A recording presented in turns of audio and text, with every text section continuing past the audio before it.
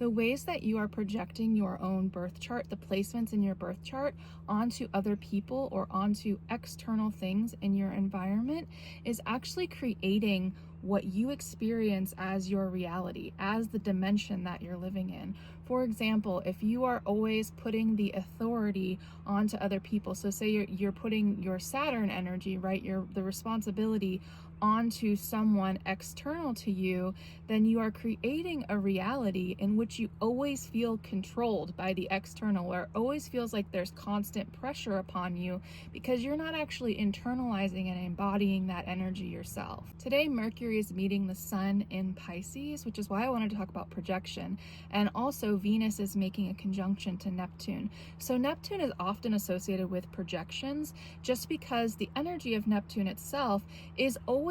in this place where there's blurred lines between who is me, like what energy's mine versus what is someone else's, because it's that principle of disillusionment, of dissolving or merging into one. This is why it can also be really difficult to understand how you're projecting parts of yourself into the world, and therefore why you keep experiencing the same reflections over and over again. One of the ways that's been really clear to me in helping track and helping to name when this is happening or to see it is when comparison comes into play. So if you notice yourself in this state where other people are triggering that feeling within you of